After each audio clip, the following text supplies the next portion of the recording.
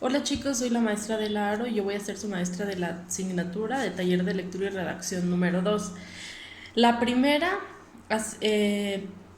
bueno, taller de lectura y redacción 1, donde vimos los procesos de comunicación, las funciones del lenguaje y la clasificación de los textos. Van a poder ver esos videos por si no tienen esa información en este mismo tema, para que puedan desarrollar las tareas que yo les voy a dejar. Básicamente nosotros vamos a ver dos temas en el taller de lectura y redacción en este video, que es los textos funcionales, las características y algunas estructuras de estos textos funcionales, ¿de acuerdo? Y ya la siguiente sesión veremos algunas reglas ortográficas y algunos usos de los signos de puntuación que muchas veces pasamos por alto y eso hace que tengamos una mala escritura, que no tengamos ortografía en nuestros escritos. Bien, los textos funcionales. ¿Qué son los textos funcionales? Un texto funcional es todo aquello que está relacionado con nosotros en el día a día, ya sea que seamos estudiantes o que simplemente seamos trabajadores, o que a lo mejor no hagamos ninguna de esas dos cosas. Desde el mensaje que ustedes envían ya está siendo un texto funcional, porque estos textos son los que van dirigidos hacia nuestro receptor, los que le indican algo al receptor. Son textos prácticos y son textos útiles. Ustedes siempre se van a querer comunicar a través de estos diferentes textos, por eso son funcionales. Y se van a clasificar dependiendo de lo que le quieran transmitir al receptor. Están, por ejemplo, los textos persuasivos, los textos recreativos, los textos escolares y los textos laborales.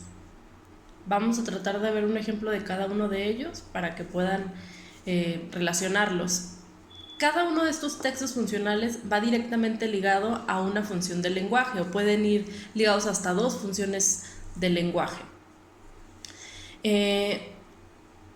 Para que se le conozcan como textos funcionales o para que realmente para que sean prácticos realmente y útiles, tienen que cumplir con tres propiedades. Si no cumplen con estas tres propiedades, no estamos hablando de que sea un texto funcional, que a lo mejor sí, pero esté mal escrito. ¿Cuáles son estas tres propiedades? Está la adecuación, la cohesión y la coherencia. ¿Qué es la adecuación? Ustedes sabrán, muchachos, que no es lo mismo hablarle a un niño de 5 años, por ejemplo, que a un adolescente de 15 años o a un adulto de 40 años. No es lo mismo. Entonces tampoco es lo mismo hablarle o llevarte con tu compañero que como te llevas a lo mejor con tu maestro. Ahí estamos hablando de que vamos a adecuar lo que queremos decir, depende en el contexto donde estemos. Entonces va a ser diferente el tipo de texto que estemos utilizando según el contexto. En la escuela, ¿qué tipos de textos utilizamos? Por ejemplo, cuando nosotros realizamos un apunte ya estamos trabajando con textos funcionales, desde el apunte, el resumen, el cuadro sinóptico, etc.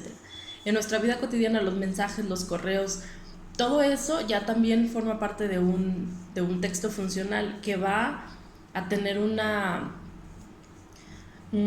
propósito diferente, pero en realidad todos tratan de comunicar algo, ¿sí? Bien, ya dijimos que la adecuación es que tengamos en cuenta el contexto y a partir de eso va a ser como vamos a decir un mensaje. La cohesión, básicamente que se entienda lo que ustedes están escribiendo, que las palabras sean usadas correctamente y que vayan que estén escritas de forma correcta, o sea, que no se salten una palabra o que no escriban una palabra que no se escuche bien. También eso tiene que ver con la cohesión. Y la coherencia, pues obviamente que tenga base a lo que están diciendo, que tenga una finalidad, que sea coherente y que tenga una función, una finalidad también. Bien, vamos a iniciar con los textos persuasivos que tienen que ver con la función apelativa, ¿se acuerdan? Que es cuando nosotros queremos comunicarle algo al receptor y queremos que actúe de determinada manera. ¿Cuáles son los textos persuasivos? Son todos aquellos que tratan de modificar la conducta de nuestro receptor. Por ejemplo, los anuncios publicitarios, los artículos de opinión, pero no cualquiera puede hacer un artículo de opinión, tiene que ser alguien que sea un experto en el tema, que nos va a dar una visión más amplia acerca de lo que él ya conoce. Una caricatura política también es un texto persuasivo, porque a través de una caricatura, utilizando la sátira, que es como esta figura que a través de la risa, de lo vulgar, trata de criticar algún rasgo o alguna conducta de alguno de nuestros gobernantes o alguna persona reconocida. Y ¿qué otro texto? Un ensayo académico también es un texto persuasivo, porque a través de un ensayo nosotros tratamos de convencer a otra persona sobre nuestra postura o nuestra tesis o nuestra idea, pero con argumentos. Y este va a entrar en la función del lenguaje apelativa, y también sería un texto persuasivo.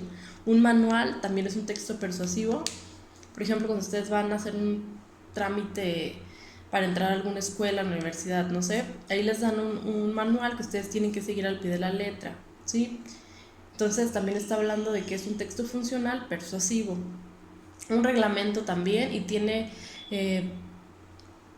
y se apoya en la función apelativa, el reglamento, y también en la referencial, porque todo reglamento está hecho para que se siga al pie de la letra, sí, pero también todo lo que está ahí es información veraz, objetiva, no vamos a poner algo que no tenga como lógica. Entonces, un reglamento, estamos hablando de que es un texto persuasivo. Y luego vienen los textos recreativos, como su nombre lo indica, para recrearnos, para entretenernos. Y ahí entra, por ejemplo, el género narrativo y la función del lenguaje poética, ¿sí? Porque ahí aparecen, por ejemplo, las novelas, que van a entrar en el género narrativo, van a entrar los poemas, van a entrar los chistes, los refranes, todos estos textos populares van a entrar ahí, ¿sí? Están hechos con la firme intención de recrear a la persona que los está leyendo, y también son funcionales porque tienen una función específica, que es la de entretener a un lector. Vienen los textos funcionales escolares, todos aquellos que ustedes utilizan para que se lleve a cabo su proceso de enseñanza-aprendizaje. Por ejemplo, un mapa conceptual, que es donde aquel que ustedes realizan, que tiene elipses, que tiene conceptos, que tiene palabras enlace. Ese es un mapa conceptual, y ese es el que ustedes utilizan a lo mejor para sacar lo más importante de un texto. También está el cuadro sinóptico, que es el que utiliza las llaves para clasificar la información por orden de importancia. Por ejemplo, en biología y en química, ustedes pueden utilizar un cuadro sinóptico. Para a lo mejor español, historia, un mapa conceptual. O también pueden utilizar un mapa mental, que solamente son como palabras clave y llena de imágenes. Sí, es como la característica principal de esos textos escolares. También están los resúmenes, que ustedes también los utilizan para llevar a cabo su proceso de enseñanza. Las paráfrasis, que yo les he pedido que me anoten después de leer un tema, o después de ver una clase, o después de leer un cuento, que me anoten qué entendieron. Muy importante tener una comprensión lectora, porque toda la vida vamos a tener que leer una serie de documentos, y si no tenemos esta comprensión lectora, pues estamos fallando en ese caso. Entonces tenemos que leer y leer y leer. Y no se trata solamente de leer una vez, tenemos que leer hasta que nos quede claro el tema. ¿Qué otra? Una síntesis también es un texto escolar funcional. Bien, los textos escolares tienen que ver con la función referencial, porque todo lo que vemos ahí es información referencial, objetiva, veraz, todo lo que ustedes están aprendiendo. Viene también los textos personales, por ejemplo, una carta formal, un curriculum vitae, son textos personales que normalmente vamos a estar utilizando constantemente. Y después vienen los textos laborales, que son la solicitud de empleo, que si ustedes se fijan es una hoja muy práctica que nada más está para rellenarla, pero se caracterizan algunos textos funcionales, que son prácticos y útiles. Una carta poder también es un texto laboral, funcional. Un oficio, que normalmente estamos empleándolos para todos lados. Esos son los textos funcionales. Ya vimos que hay unos persuasivos, otros recreativos, escolares y laborales, ¿sí? Son los que ustedes se van a estar encontrando constantemente. Bien, yo les dije que había un texto persuasivo, que es el ensayo escolar. El ensayo escolar, ¿cuáles son las partes de un ensayo escolar? ¿Sí? ¿O qué es un ensayo? Un ensayo, muchachos, es donde el autor, en este caso serían ustedes, quieren defender su idea, que su idea será como una tesis, una idea que tienen acerca de un tema, ¿sí?